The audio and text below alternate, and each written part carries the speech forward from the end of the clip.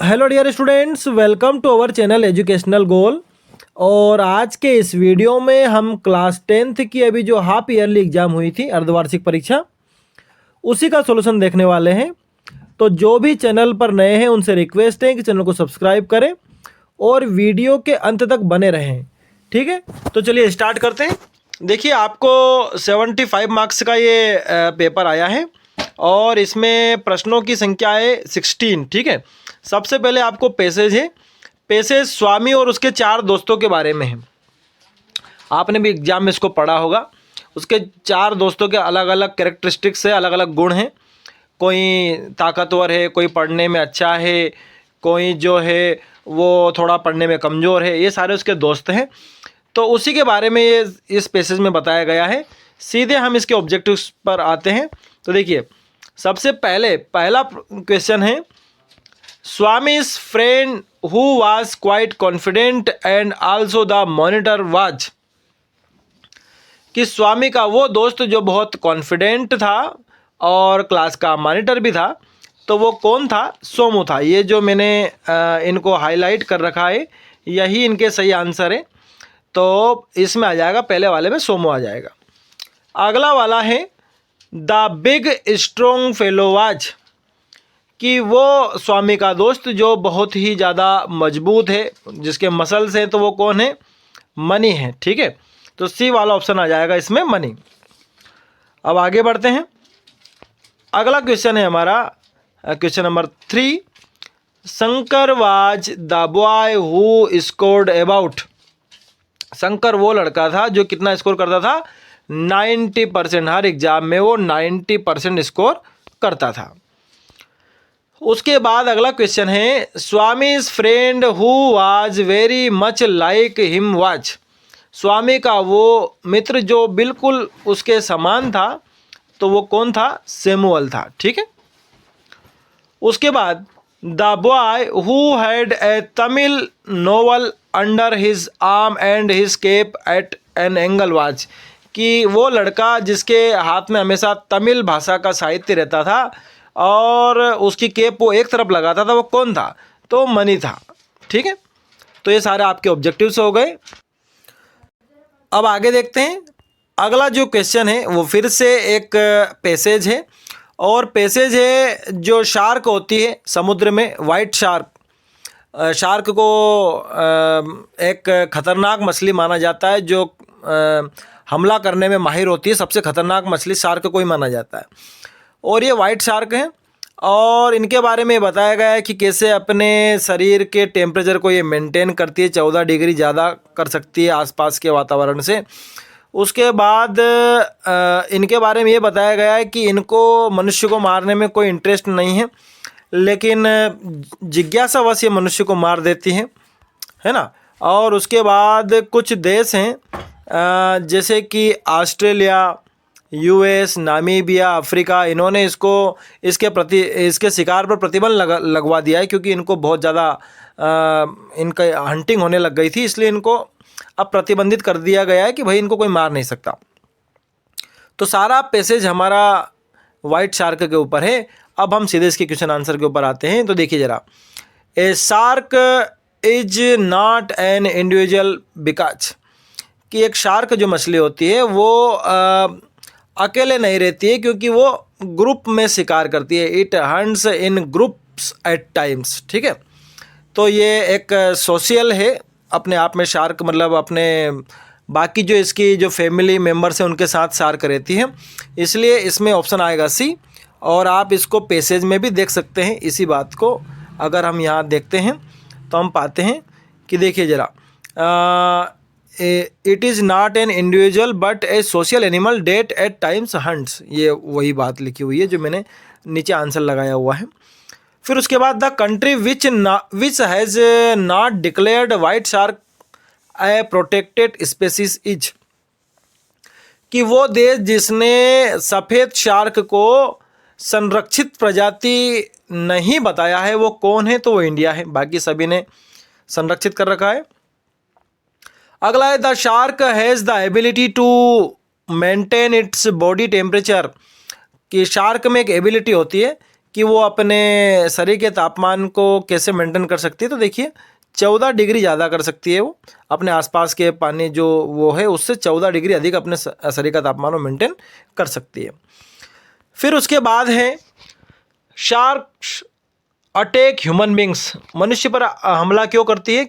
जिज्ञासावश, ठीक है, जिज्ञासावश ही हमला करती है, क्योंकि जितने भी मनुष्य पर शार्क ने हमला किया उसमें 70% बच जाते हैं, है ना। तो ऐसी बात हमारे पैसेज में आई भी है। The thing date makes the shark N efficient Hunter is, कि वो बात जो शार्क को बहुत ही खतरनाक एक हमलावर बनाती है, शिकारी बनाती है, वो कौन है? तो वो उसका पहला वाला पॉइंट ये, its ability to maintain its body temperature above that of surrounding water, ठीक है, इसमें यही आएगा। हमारे पैसेज में भी यही बात दी हुई है। तो ये आपके विकल्प हो गए। अब हम आगे बढ़ते हैं। देखिए आगे आपको एक पैसेज है, और पैसेज है कि मिस्टेक का है। अगर आप कोई मिस्टेक करते हो और उसको स्वीकार करते हो और उसमें सुधार करते हो तो आप बहुत बड़े जो नुकसान होते हैं उनसे बच सकते हो। पूरे पैसेज में यही बताया हुआ है कि कैसे आप मिस्टेक को लेते हो। अगर आप मिस्टेक से नहीं सीखते हो तो आपको दुनिया फुलिश बताएगी, और अगर आपने मिस्टेक को ठीक कर लिया तो आप बुद्धिमान हैं, ठीक है। तो ये पैसेज है, इसका क्या करना था? इसका नोट मेकिंग बनाना था, है ना। तो चलिए मैं आपको दिखाता हूँ कि इसका कैसे नोट मेकिंग बनेगा। तो ये देखिए ज़रा, ये हमारा नोट मेकिंग है। यहाँ पर आप देख रहे हैं टाइटल क्या लिया हुआ है, इम्पोर्टेंस ऑफ एक्नॉलेजिंग मिस्टेक्स, कि अपनी गलती को स्वीकार करने का महत्व या फ़ायदा। भाई क्या आप इससे कर सकते हैं इम्प्रूवमेंट जीवन में। तो यहाँ अपन ने 3 हेडिंग ली है, और 3 हेडिंग के अपन ने 2-2 पॉइंट बना दिए हैं, 2-2 या 3-3 पॉइंट बना दिए हैं। और ये यहाँ पर आप एब्रीविएशन का यूज़ भी देख सकते हैं। अनेक वीडियो में नोट मेकिंग के ऊपर बता चुका हूँ, और उसमें कैसे नोट मेकिंग बनाया जाता है मैं ऑलरेडी आपको बता चुका हूँ। आपको हेडिंग लेनी है, उनके पॉइंट्स लेने हैं, ठीक है, और आपको एब्रीविएशन का यूज़ ज़रूर करना है, ठीक है। तो ये इसका नोट मेकिंग हो जाता है। अब हम आगे बढ़ जाते हैं। आगे आपको पैसेज में यहाँ पर एक एप्लीकेशन आई थी, प्रिंसिपल सर को लिखनी थी टीसी के लिए, स्कूल लिविंग सर्टिफिकेट के लिए। ऑलरेडी चैनल पर मौजूद है, आप देख सकते हैं। उसके बाद आपके मित्र को आपको कंग्रेचुलेट करना है, वो 10वीं की एग्ज़ाम में उसने सफलता प्राप्त करी है, ब्रिलियंट सक्सेस प्राप्त करी है, तो उसको आपको बधाई देना है। तो ये बात भी, ये लेटर भी हमारे चैनल पर ऑलरेडी अपलोड है। आगे बढ़ते हैं हम, और यहाँ पर आपको एक पैराग्राफ लिखना है, 150 शब्दों में लिखना है। और आपको टॉपिक मिले हैं my favourite leader, science in our daily life, importance of trees. ये 3 आपको टॉपिक मिले हैं, और इम्पोर्टेंस ऑफ ट्रीज पर हमारे चैनल पर ऑलरेडी आर्टिकल अपलोड है। वंडर ऑफ साइंस का ऐसे भी आपको अपलोड है, बिल्कुल। और जल्दी हम माय फेवरेट लीडर को भी अपलोड कर देंगे, ठीक है। उसके बाद यहाँ पर एक पैराग्राफ दिया हुआ है, एक पिक्चर दिया हुआ है, और उसके ऊपर आपको एक पैराग्राफ बनाना है। Cleanliness is next to godliness, यानी कि साफ़ सफाई के ऊपर ये पैसेज है। और इस चित्र को देखकर ही आपको इसकी कुछ लाइनें आपको बनानी हैं। ये भी ऑलरेडी चैनल पर मौजूद है, आप वहाँ से लेकर के इसको तैयार कर सकते हैं। अब हम आगे बढ़ते हैं सेक्शन सी की तरफ, ग्रामर, जो कि हमारा पोर्शन है। तो देखिए पहले वाले में आएगा द, क्योंकि द क्यों आएगा? क्योंकि आप देख रहे हैं यहाँ पर सुपरलेटिव डिग्री टालेस्ट दिया हुआ है। जब भी सुपरलेटिव डिग्री का प्रयोग होता है तब हम द का इस्तेमाल करते हैं, तो पहले वाले में आ जाएगा द। अगला है Ram lives in Gwalior is a teacher, कि राम जो कि ग्वालियर में रहता है। तो यहाँ पर रिलेटिव प्रोनाउन हु का यूज़ होगा सब्जेक्ट के तौर पर, तो यहाँ पर आप हु लगाएंगे, ठीक है। अगला है आई एम प्राउड ऑफ, ये तो आप सभी जानते हैं, प्राउड ऑफ, फॉन्ड ऑफ, ये सब परमानेंट एक्सप्रेशन होते हैं। तो आपको इसमें प्राउड के साथ ऑफ ही लगाना है। तो I am proud of my success, मुझे मेरी सफलता पर गर्व है। राम, और फिर रिक्त स्थान दिया हुआ है, बाय एनीथिंग यस्टरडे, कि राम ने कुछ कल खरीदा। तो यहाँ पर देखिए हमारे पास विकल्प है डज नॉट, डिड नॉट और वुड नॉट। तो देखिए यस्टरडे दिया हुआ है, तो यस्टरडे अगर दिया हुआ है तो हम डिड नॉट पर चले जाएंगे, क्योंकि इससे हमें पता चल गया कि ये पास्ट टेंस का है, ठीक है। फिर आगे है आई स्लेप्ट अर्ली, मैं जल्दी सो गया, क्योंकि मैं थका हुआ था, तो क्योंकि आपको कंजंक्शन का यूज़ करना है, बिकॉज लगाएंगे आप, तो बिकॉज यहाँ पर हमने लगा दिया है। अब इसके बाद हमें डू एज डायरेक्टेड में कुछ प्रश्न दिए हुए हैं। सी स्पीक्स इंग्लिश फ्लुएंटली, इसका नेगेटिव आपको बनाना है। तो देखिए नेगेटिव बनाने के लिए पहले हम टेंस को चेक करेंगे, तो ये प्रेजेंट इंडेफिनिट टेंस का है, तो she does not English speak fluently, इसका ये बन जाएगा। मैं पीछे अभी आपको इनके सारे लिखित रूप में भी इनके आंसर दिखाने वाला हूँ, अभी आप समझ लीजिए। तो पहले वाले में डज नॉट लगेगा, she does not speak English fluently. फिर अगला है राम इज प्लेइंग हॉकी, इसका वॉइस बदलना है, तो देखिए वो ऑब्जेक्ट से स्टार्ट करेंगे हम। Hockey is being played by Ram, hockey is being played by Ram, ये इसका बन जाएगा। फिर अगला है नरेशन वाला है, she said to me I don't like your friend, तो देखिए सी सेड टू का हो जाएगा told, she told me that she didn't like, और ये जो यूआर है ये मी से बदल के माई हो जाएगा, माई फ्रेंड। तो क्या बन जाएगा totally, she told me that she didn't like my friend, ये इसका हो जाएगा नरेशन, इनडायरेक्ट नरेशन हो जाएगा। काफ़ी नियम होते हैं इसमें, सारे नियमों को याद करना पड़ता है, एक लंबी प्रोसेस होती है याद करने की उसको, लेकिन अभी मैंने शॉर्ट में इसका आपको बता दिया कि इस तरह से बनेगा। फिर अगला है they will go to Agra, वो आगरा जाएंगे, इसका प्रेजेंट कंटिन्यूस टेंस बनाना है, तो देखिए दे और उसके बाद are going to Agra, they are going to Agra.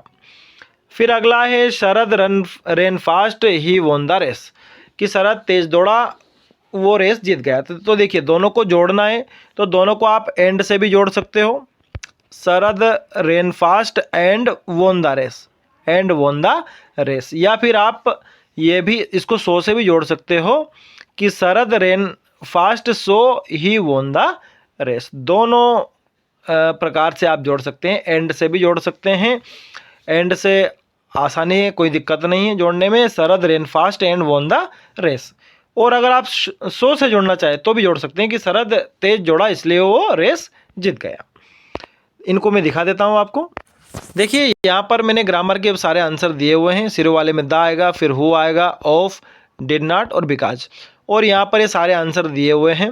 C does not speak English fluently, hockey is being played by Ram, she told me that she didn't like my friend, they are going to Agra, Sharad ran fast and won the race. ठीक है, अब आगे बढ़ते हैं हम। देखिए अब section D है, सेक्शन डी में हम देखते हैं हमारे जो बुक्स है उन्हीं से ऑब्जेक्टिव से पूछे जाते हैं। तो देखिए द पोएम अमांडा, अमांडा किसके द्वारा लिखी गई है, रोबन क्लेन के द्वारा। Pilot took the risk of flying his plane, जो पायलट था उसने प्लेन को उड़ाने की रिस्क कहाँ ली, थ्रू द स्टॉर्म, तूफान में उड़ा दिया था ना उसने। व्हेन द बाल इज लॉस्ट, जब बाल खो गई तो लड़का क्या था, दुखी है, तो द बॉयज सेड, है ना। उसके बाद the name Anne gave her diary, जो नेम एन ने अपने डायरी को दिया था वो क्या था, किट्टी था। ठीक है, तो इसमें आ जाएगा किट्टी आ जाएगा। अब आगे बढ़ते हैं, फिर से हमें एक पैसेज आया है, पैसेज का एक्सट्रैक्ट आया है, जो हमारा लेसन फर्स्ट है जिसका नाम है ए लेटर टू गॉड, उससे एक एक्सट्रैक्ट आया है और उसके आपको विकल्प देने। तो देखिए हाउस किसका था भाई, लेंचो का था। हाउस कहाँ पर मौजूद था, ऑन द क्रेस्ट ऑफ ए लो हिल। ठीक है, ये आ जाएगा इसमें। फिर उसके बाद from the top of the hill one could see, आप पहाड़ी की चोटी से क्या देख सकते हैं, नदी और पकी हुई फसल।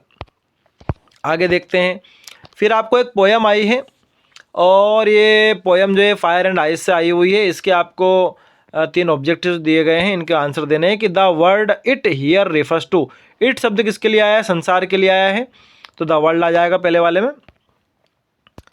The correct synonym of hate, hate नफरत शब्द का आपसे समानार्थी पूछा है तो डिसलाइक आ जाएगा। द वर्ड सफाइस, सफाइस का मतलब होता है सफिशियंट, पर्याप्त, तो इसका आ जाएगा एनफ। ठीक है, ये सारे ऑब्जेक्टिव्स मैंने बता दिए हैं, अब सिर्फ क्वेश्चन आंसर बच गए हैं। तो ये सारे क्वेश्चन आंसर बड़े इंपॉर्टेंट है, आप चाहो तो मैं इनके अलग से एक सेपरेट वीडियो बना दूंगा क्वेश्चन आंसर का। सारे क्वेश्चन आंसर आपको फाइनल एग्जाम के लिए तैयार करने, सारे इंपॉर्टेंट हैं। ठीक है, तो इस तरह से ये मैंने आपका जो हाफ ईयरली का पेपर है इसका सोल्यूशन दे दिया है। Thanks for watching this video.